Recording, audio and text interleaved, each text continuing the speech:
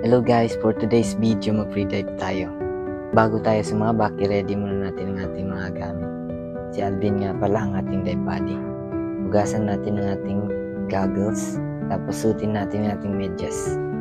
Gagamitin natin sa paglalakad papunta doon sa pantalan ni Mayora.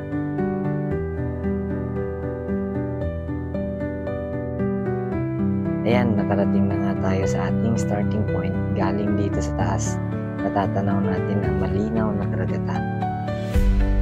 Ayan, pagkadating na natin sa hagdanan, agad na tayo nagsuot ng ating fins at agad na nag-umpisa.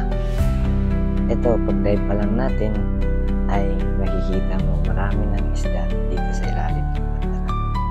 Dahil sa malakas na ang agos, mabilis din tayo tinangay papunta sa Mountain View Resort na banda.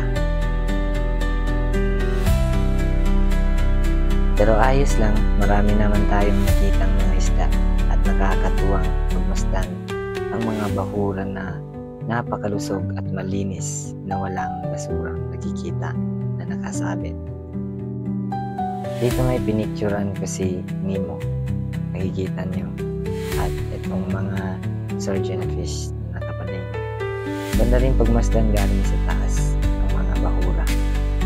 Itong mga isda nga inahabol ko at binibidyohan, pero malakas talaga yung agos, kaya slow motion yung movement natin papunta sa unahan.